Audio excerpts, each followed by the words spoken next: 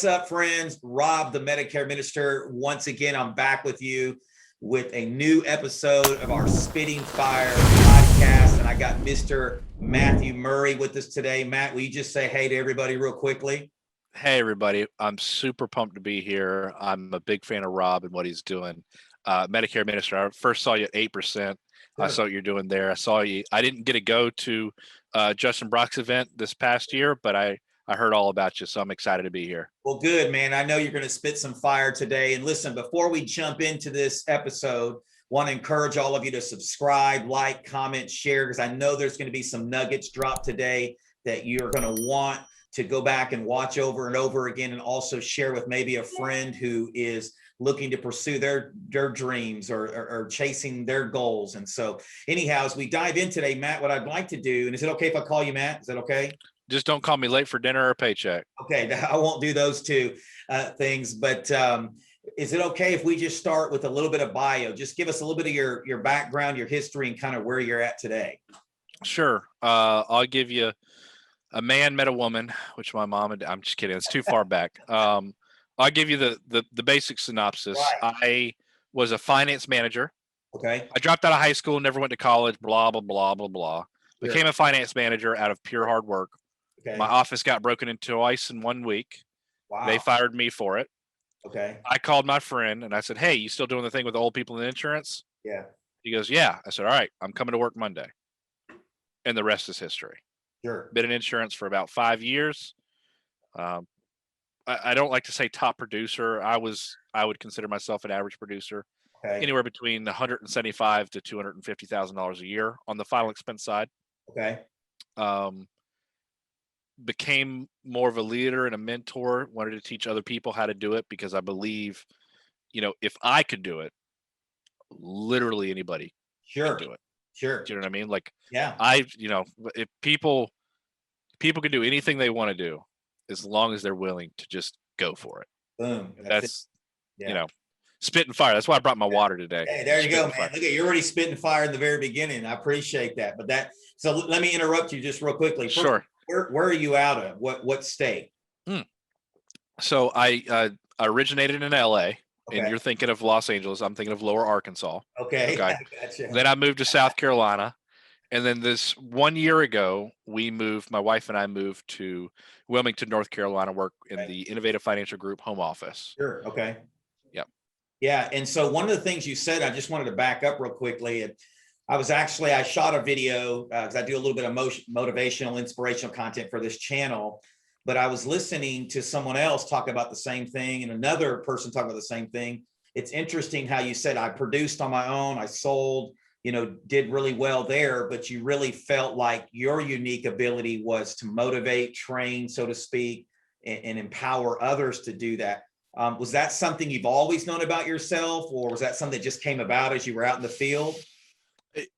For some reason, I'm an empath, right? So how you feel is how I feel, right?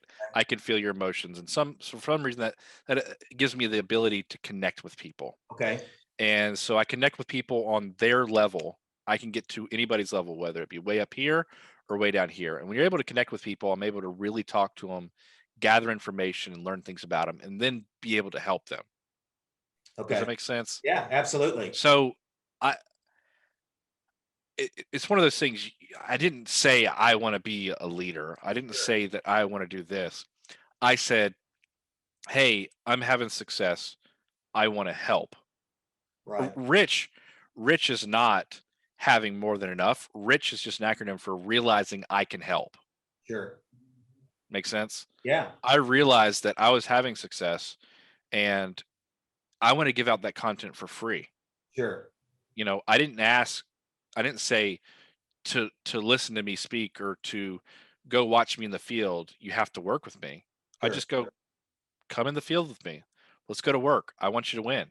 Yeah. And over time, people wanted to work with me because they realized that I just had the servant's attitude. Sure. Here, take this, have this, have this, have this. I never really asked for anything. And then eventually people came and said, hey, we believe you should have this. Yeah. You've earned this. And so, I think true leaders don't just wannabe leaders, they kind of fall into it. Yeah. Yeah. And was that something that was modeled for you throughout your childhood, or do you have a mentor that kind of modeled that for you? You just kind of grew into that? I definitely grew into it. Again, I grew up dirt poor, dropped out of high school, never went to college. Where I did get lucky, I was very blessed. My mentor, my very first mentor, was a CEO of a finance company who happened to be my best friend's dad. Oh, wow. Right, so that's why I got into finance, and I worked out with him for 4 years, and 3 nights a week for 2 hours at a time, and then plus dinner. I would speak to him, and he would have high level conversations with me. So I believe that he molded me into the thinker that I am today, Okay. the calm and collected. I take emotions out of the decisions that I'm making. I believe that working with a 70-year-old CEO for 5 years helped me tremendously. Right. Yeah. And while we're kind of on that subject, what were some other things that you think you learned from him? I know one was obviously you talk about being a servant leader. And I love what you said about taking the emotions out of decisions, because this, most salespeople and what we do in the health insurance and Medicare final expense space, salesmen can be like this, like a roller coaster of emotions. And so was there some other things that you learned as well? Well, personal finance was one of them. Sure. He said, you're going to make more money, which he instilled that in me. You're going to make more money. Sure. Not you might make more money. Right. You're going to make more money. Right. And it's okay. Right. I know that you're used to making this. Right. So you've got to be able to, when you start making more, you got to realize that it's okay to make more. And how do you handle it when you do make more? Right. So personal finances, he definitely taught me early on, that I'm glad that I stuck with today. And I still talk to him. It's not like I don't talk to this guy. I Sure. talk to him like once a month. He's still my mentor. Yeah. So I've just, I've been very blessed from that standpoint. He taught me taught me a lot. It's hard to put it in quantifiable measures and Sure. what exactly he taught me. It's almost like if it wasn't for him, I wouldn't be the businessman I am today. Right. Right. And going back to the taking the feelings out of emotions, why do you feel that's so important, especially for like in the industry that we're in? Well, you're right. Salespeople, when you're first getting to this business, Medicare, final expense, Right. you're a salesperson, Right. right? And you're going to have clients tell you no. You're going to have clients tell you yes. Right. You can't rest on your highs, and you can't, make it worse on your lows. When you're making decisions, you have to think about it from the long term. Most people think right here and now, what am I feeling today? Right. And you can't do that. Right. You have to think, okay, the decision that someone's asking me to make right now, what does that look like a week from now, a month from now, a year from now, 5 years from now, even 10 years from now? Because it may come back to bite you. Yeah. You know what I mean? Yeah. And Absolutely. Medicare works the same way. It's like, final expense is upfront money, right? It's big Right. money up front. Right. Medicare is, specifically Medicare Advantage, is smaller Sure. commission checks, but it's long term. Right. You got to think long term. Sure. And so you're this national trainer. How many agents are you training? Oof. That's a good question, my friend. Yeah. Again, I'm going to post my content on YouTube. I'm going to post my content on Facebook. Sure. I consider that part of my training. Gotcha. The Yeah. people that watch from that is really unbeknownst to me. Sure. What I can tell you is, like I said, I knew you because of your brand before. Sure. How many people exactly have I trained in the field? Hundreds. Sure. How many people have watched my video and thought of something that I said to be valuable to them? Thousands. Right. Maybe tens of thousands. I don't know, but I don't. That's the thing. I don't. It's hard to say exactly the number. Like Innovative Financial Group, Yeah. we work with contracted, 9 or 10,000 agents, Okay. which is a lot. Yeah. But I'm not going to sit there and tell you that I train 10,000 agents. That'd be impossible, Right. right? Right. But I also train and mentor people that are not with Innovative Financial Group, because again, it doesn't matter what group you work with. I just want you to win. Right. There's more than enough business out there, Yeah. especially in the insurance business or the finance business or any other mortgage or real estate or anything.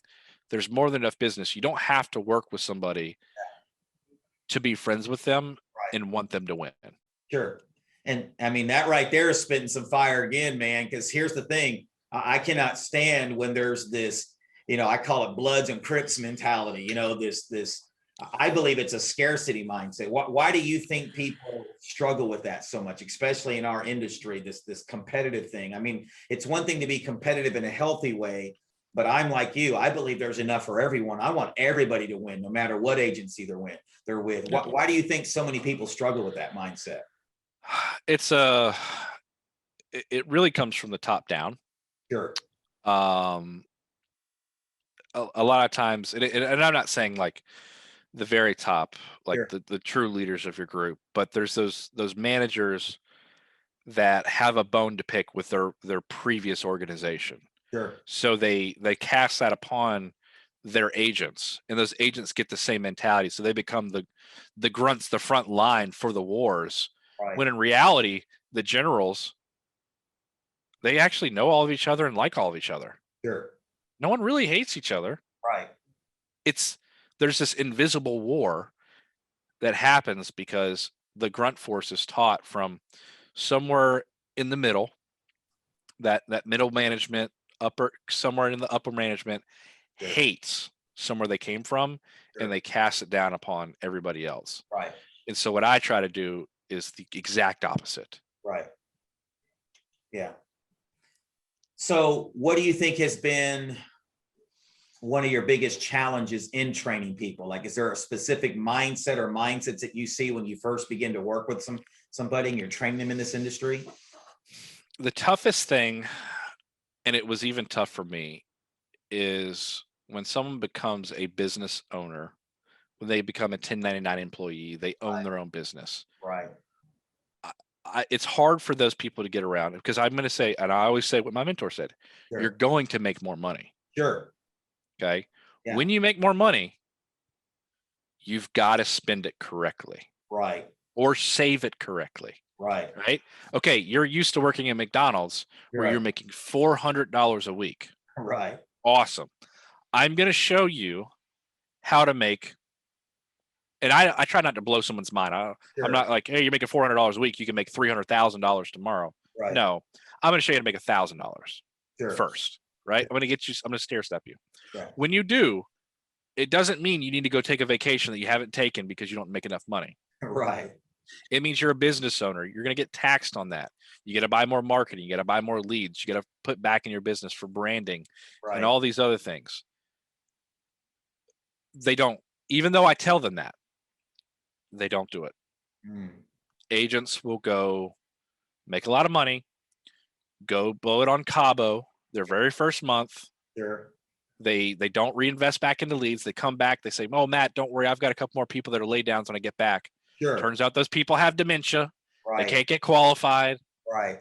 They're not getting the sales, Right. and now they start this downward spiral. There's a reason that 92% of people fail in the insurance business. It's because they didn't reinvest back in their business. So the biggest struggle for me is trying to figure out a way to get the people to really understand and listen to me when I'm telling them, you've got to get your finances under control. Right. Yeah. It's like they get all this money and it's like they won the lottery and they just go spend it like there's no tomorrow. So financial literacy, I know for me, when I first started in the industry about 7 years ago, like you said, it was a struggle. It is a struggle for many people because you have all this money. And fortunately, I've been around some really solid people that have helped me in that area. Why do you think so many people or agents, since we're in this industry we're talking about today, why do you think so many agents have a challenge in reinvesting back in their business? Is it same thing? They got this whole bunch of money, they go blow it. Well, and again, this really comes from a brand new agent. When a brand new agent gets into the business, they're excited about the possible money, Sure. right? So out of that pure bravado, out of that pure excitement and enthusiasm, Sure. it portrays upon Miss Jones. Yeah. Miss Jones says yes out of pure excitement. from you. Right. So they think this is so easy. Like a new agent closes like 80%. Right. It's crazy. When they get back from their trip and then they get their first real no, it goes real downhill real quickly. Right. So it's based on the start. They think it's too easy. Sure. So they think that they don't need to invest what I'm telling them. I know they need to invest. Right. So I think people early on in sales think that they're better than they actually are. Oh, yeah. So a lot of it initially is that just that emotional, I'm brand new. I'm just going out there. I'm excited, type deal. And then when they get a no, it kind of takes the wind out of their sails, so to speak. Well, yeah. I mean, the question is really, why don't they take it more Right. seriously, their finance and reinvesting? It's because they made so many sales so many quickly because they were excited that they don't think that they need the amount of leads that you're telling them that Right. Because I'm basing my numbers off of averages. If you're a statistical anomaly, we'll find that out 6 months from now or a year from Right. The numbers now. don't But lie. for right now, you're an average and you Yeah. need this many leads. You need to give this much up out of your commission check for brand new stuff today. Sure. And they don't believe me because I tell them, hey, you should have about a 30% closing ratio. And when they find out that they've got a 60% closing ratio, they think they need half of the leads that I told them. Yeah. Make sense? Yeah. No, I get it. And I get it. So, there again, there's all kinds of different people watching this from different industries because I interview different people from different industries. But let's just stay in the insurance space. What do you see the average agent needing lead wise? What is your recommendation if they're in these particular industries? Insurance is a tough one because there's a lot of things that have Sure. something before the insurance: pet insurance, car insurance, Medicare insurance. But I know mostly final expense, so I'll speak from that That's standpoint. fine. Yeah, go ahead. An agent should spend anywhere between $600 to $800 a week on their marketing. Okay. Right? What that does from the final expense standpoint is direct mail leads. That's going to get them anywhere between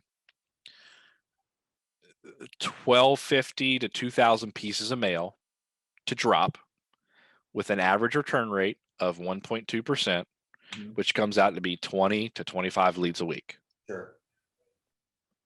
If you get 20, 25 leads a week and you're average and you have a good phone script and you've been trained, you can set 18 appointments. Okay. If you're average, and you probably are, you're going to sit down with 12 to 15 of those people, right? Right. If you're average, and you probably are, if you sit down with 12 to 15, you're going to close 5 to 7 pieces of business. With an average, and if you're average, and you probably are, with an average premium case size of about $63 or $756, at 5 cases is gonna be $3,500 in annualized premium with an average commission percent or an average payout of about $600 per policy. So you're going to spend $800, you're going to make about $3,000. Gotcha. $2,200 a week comes out to really close to $10,000 a month, which is about $120,000 per year. Sure. Would you spend, and that's just being average. Yeah. Right? That's not being good. It's not being great. It's not being a savant. It's just being normal average person in the final expense business. You can make well over $100,000. Yeah. And I know it's pretty similar with the Medicare world. Yeah, it definitely is. And one thing will say is, and I wanted to ask too, why we're kind of in this subject, is I've noticed that in the past, I started in the final expense. I started, running leads, TV commercial leads, direct mail leads. But I noticed that when I didn't invest back in my business in a week, it's like I lost momentum and it was hard to get momentum back. Do you see that with you guys as well? It is 100% a momentum game. It is 100% a momentum game. If I'm losing momentum, this is crazy, I'll spend double the amount for leads to regain that momentum. Wow. Okay. That's good, man.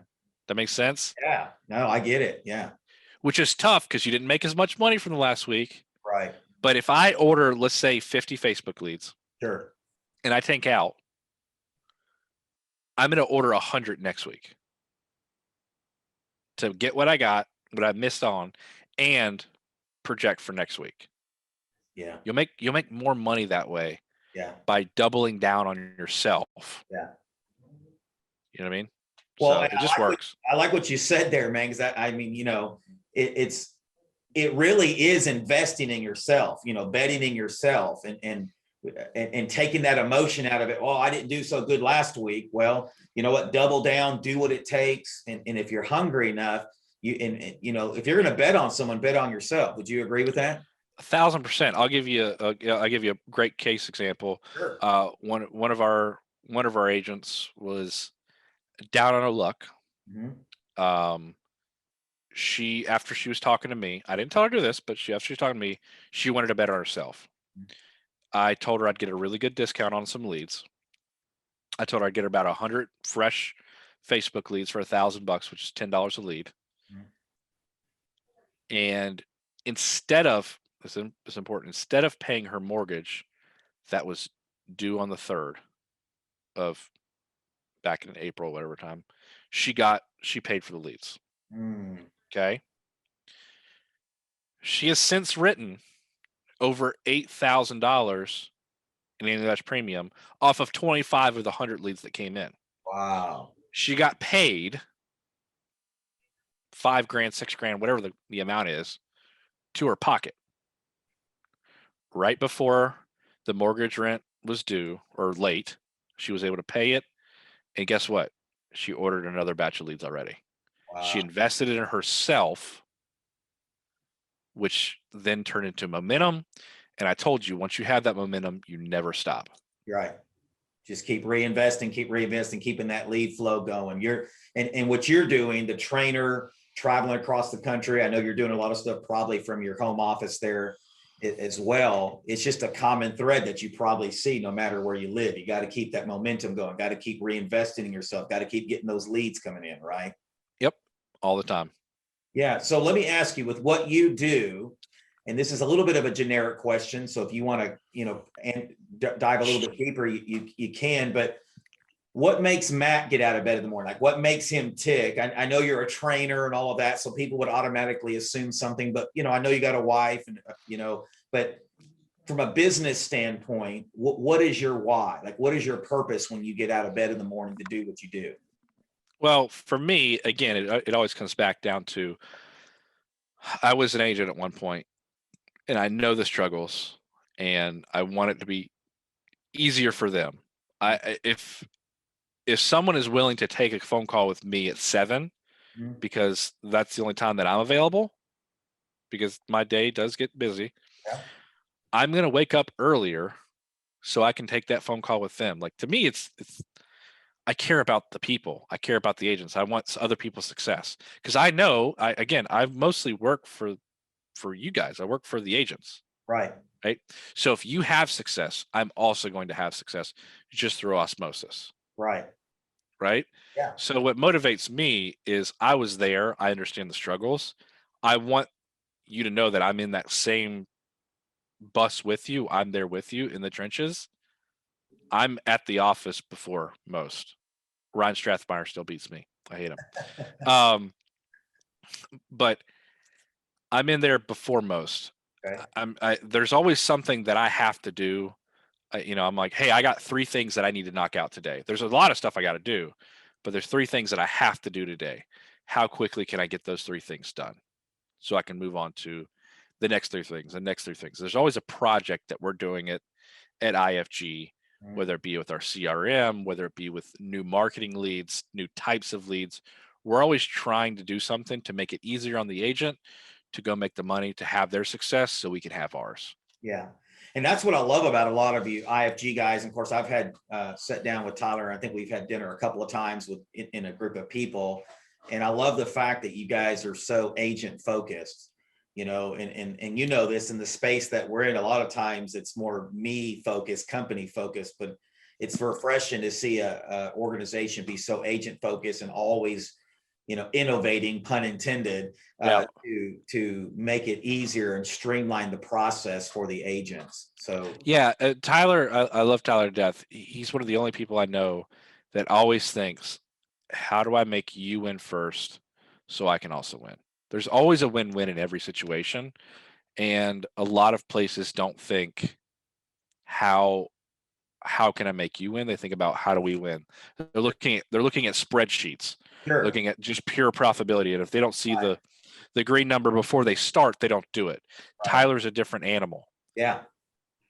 A totally different animal. He believes in people, he believes in processes, he believes in things, and he invests in those things, and he's seen great dividends from those. And so that's why I love Tyler, because he allows me to be who I was. When I came on board with IFGS, I said, what do you want me to do? He goes, do exactly what you're doing. Mm. Keep being Matthew. Yeah. That's what I'm investing in. Right. Yeah. And it's Got it? work. Yeah, exactly. Yeah. Yeah. That's what I was sharing with our people. We do a little morning huddle here in our agency here in Tupelo. And we were just talking about how we all have our unique ability, right? There's one thing that only Matthew can do. There's only one thing that I was gifted to do. There's only one thing that so-and-so is gifted to do. And a lot of times people spend so much of their life trying to chase other people's giftings and callings and abilities instead of leaning into that unique ability or superpower, if you will, that they have. And I'm the same way. I want our people just to be who they are, right? Lean into that. Don't be me. And you can emulate some things, but just be you and lean into that. And so I love hearing that. And so you're around a lot of successful people. You're around trained a lot of successful agents. Is there any common threads that you see with those top agents? Is it resilience? Is it passion? Is it, whatever the case may be? Can you give us a couple of those things that you've personally seen on the front lines? It 100% comes down to humility. That's good. And work ethic. Real work ethic. Not like, I'm going to put in my 40 this week. I mean, like I'm going to wake up at 6 because I have an appointment at 8. I'm going to wake up at 5 to leave at 6 a.m. to be at my first appointment at 8 p.m. because it's 2 hours away. Right. And then I'm going to work until 6 p.m. or 7 p.m. to drive home. And during that drive home, because it's a 2-hour drive, I'm setting appointments for the next day. Wow. Like real work, like real hard, like let's get it done, right? Because you're going to work for the majority of your life. Like 1 to 25, you ain't got much going on. You're having fun, girls, college, blah, blah, blah. You're supposed to retire around the age of 65. Sure. Right. And so from 65 to 85 for the next 20 years, you're chilling, right? The majority of your life is spent working. So if you don't spend that time doing something you love and you're going to get better at, you're really wasting your life. Yeah. Makes sense? Yeah. Like I that's how I viewed it. Like I was like, I'm 25. I might suck at this. But if I plan on doing this as a career, I'm going to be doing this for the next 40 years. There's no way I'm going to be that bad 40 years from now. Sure. Does that make sense? You're only going to get better at no matter whatever you're doing, whatever industry you're in. You're only going to get better as time goes on. Right. Right. So why humility? Tell me, you said humility first and then work ethic. What have you seen about the humility trait? Even the best salesperson that I know, and you've done a video with him, Ryan Lodi. Right. Hands down, one of the best, probably the best I've ever seen. Yeah. I talked to him at a conference, and he's better than me. Yeah. But I said, Ryan, you look tired, man. You need a rest.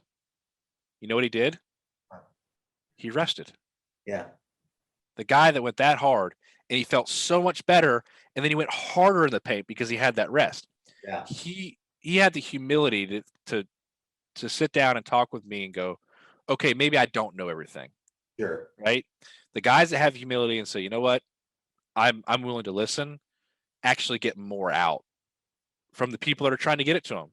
Yeah. If you humility, like if you think that you're smarter or better than everybody, you've lost 1,000 times over. Sure. I will pick up things from you from this video that I'll hold on to forever and I'll use elsewhere. Sure. Yeah.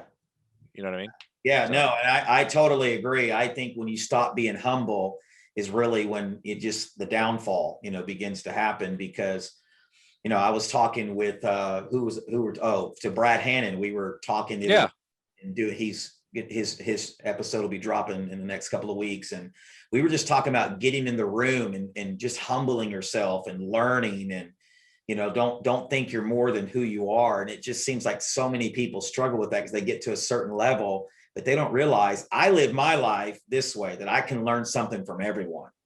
And when I have that kind of mindset and perspective, I generally do. I'm like you. I walk away from every episode going, man, that was awesome. I learned a nugget or two that I'm going to take and that I'm going to implement. So with that said, I know we've kind of, bounced around a little bit and talked about different things, and you talking about these different agents like Ryan Lodi and others that are in your guys' organization. What do you think makes someone successful? Was it humility and work ethic? Would you add anything else to that?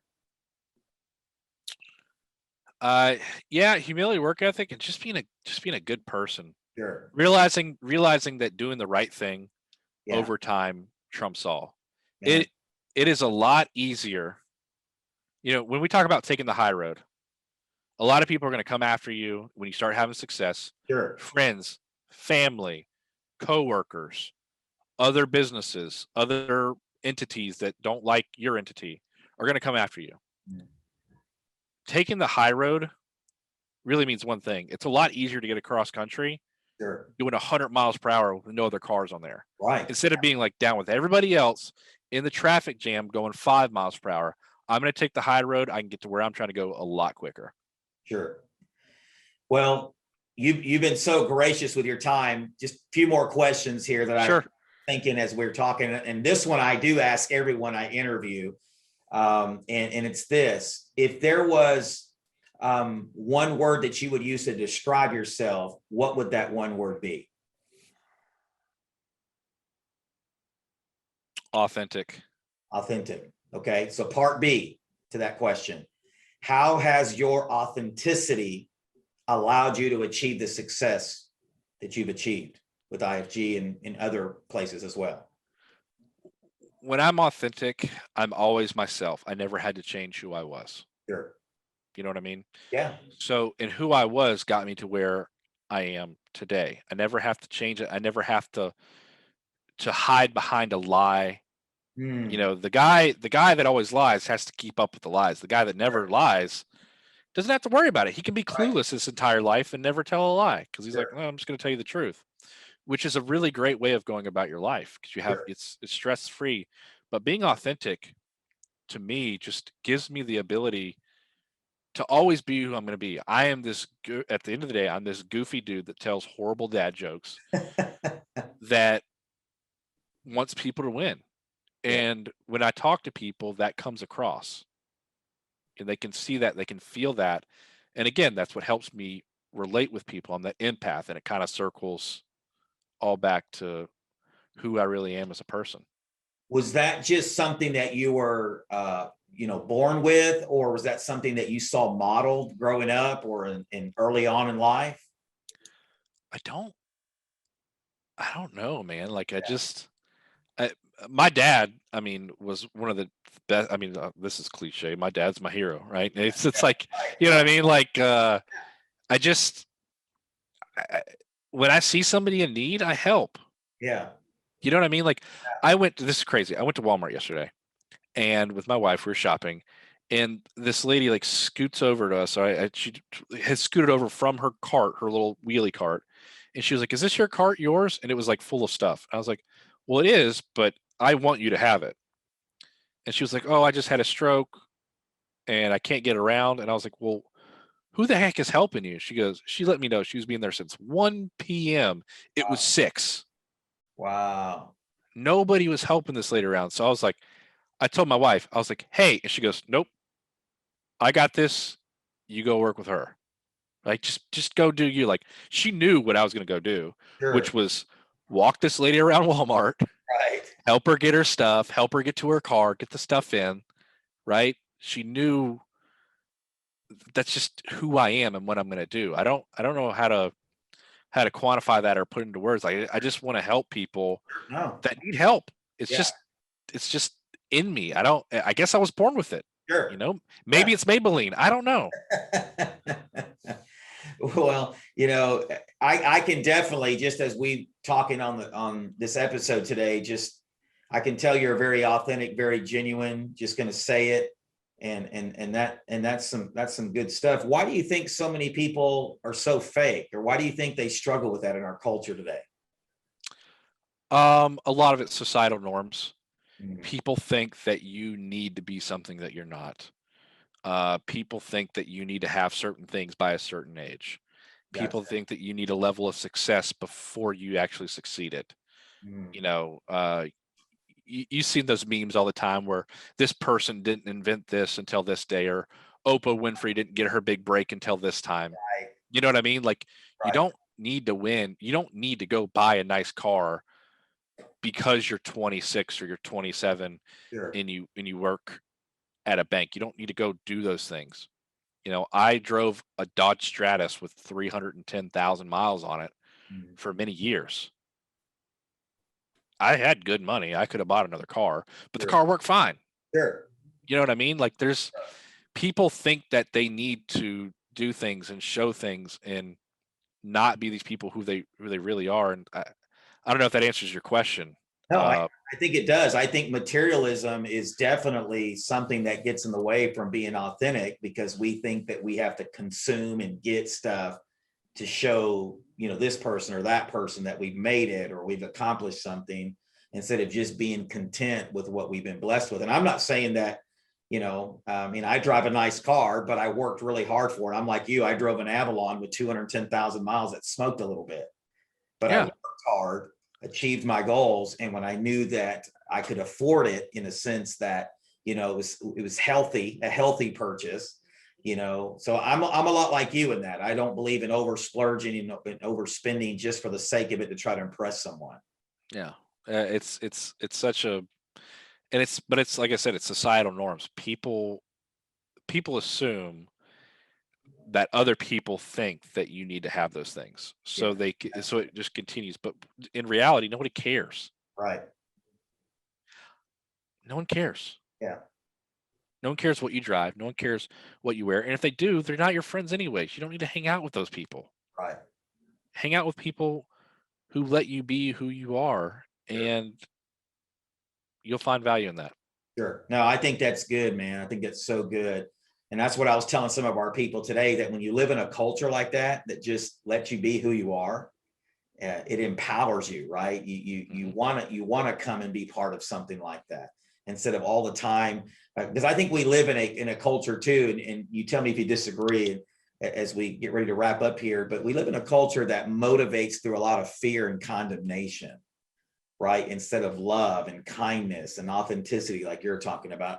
I think fear and condemnation are horrible motivators, and I see it a lot Yeah. in sales where people use that, and it kind of reminds me, and I say this, I may get in trouble because I'm a preacher and have been, but it reminds me of the preacher that gets up in the pulpit and like fears people into giving, and the giving goes up for a few weeks, but then afterwards it levels out. Yeah. Give it, it'll be given in the measure that Yeah, is given. yeah, Shake it up, stir it, pour it over, right? yeah. But what people don't realize is that giving is not monetary. Right, Giving is what in the measure that you give it. The measure is your heart, right. Yeah, right? The yeah, measure is not monetary. right, Bad preacher. You're not a bad preacher. You're not a bad minister. But I've seen it happen all the time. I've seen the right. verse, Luke 6:38. Like, I get it. Yeah, But the measure in which you give is your heart. And sure. that's when things runneth over, is when you actually give Yeah, and don't think about what I'm going to get. It actually in turn does way more. So yeah, you almost have to forget about the verse to yeah, actually get the verse. yeah. Yeah, it's the motive of the heart. Yeah, you're exactly right. It's the heart. And going back to kind of the point that we were talking about, is what I was telling our people this morning, is that it's empowering when you know that you're just loved. You know what I mean? That when you know you're Yeah. loved for Matt or for Rob or for whoever the case may be, you want to come in, you can do more with love. And I know that's a cliche word that we throw around in our culture because it's cancel culture and all this kind of stuff going on now, but it's true. You do better when you're empowered through love than fear and condemnation. And that's why I brought the money thing up, because in the preacher world, you see a lot of that. And it's a horrible motivator. They're horrible motivators. So listen, man, I appreciate you being your real authentic self today. I've enjoyed our time together. And I always like to wrap up by just asking the person I'm interviewing, are there any final words of advice? Because there's going to be people out here that are in the final expense industry, Medicare, looking to get an insurance, but just something universal that you could give them. What's some success principles or just some general advice that you would give to someone who's just going after their dreams and goals that they can use in any industry? Keep going after whatever your dreams are. You can do it. You can do it. You can do it. Only you can do it. I can't say that enough. Only you can do your dreams. Somebody else can't do it for you, right? Yeah. Whatever age you are, if you have a dream, go for it. And find somebody who's already doing it. Ask them for help. They're going to be willing to help. People that have great success are willing to help. Yes. If you say, hey, I want to be mentored by you, if they're a good mentor, they're going to say yes 100% of the time. Go out, find a mentor, say, I want you to help me. What does that look like for me? What do you need from me? And you can do it, but only you can do it. Yeah. That's my I love that, man. Only you can do your dream, bro. Spitting fire here at the very end. Well, listen, Matt, thanks so much, man. You've been so generous. I know you got a lot on your plate, and thank you for helping me live out my dream, bro. I'm sincerely grateful for that and appreciated that you would come and invest a few minutes with me and my audience today. So I appreciate that so much, bro. Thank you. I'm sincere. Absolutely. I'm a huge fan, and I don't know if you know this, but I'm subscribed. So. Oh, awesome, man. Well, I'm glad. Well, guys, listen, once again, I just want to remind you to please subscribe, get notified, because we have more interviews like this, more people spitting fire coming up, obviously, plus all the other motivational, inspirational stuff we do. Please like, comment, share this with somebody who you think needs to hear this today. And thanks so much for being on this episode of Spitting Fire. Listen, God bless you guys. Have an awesome day, and we'll talk to you guys soon.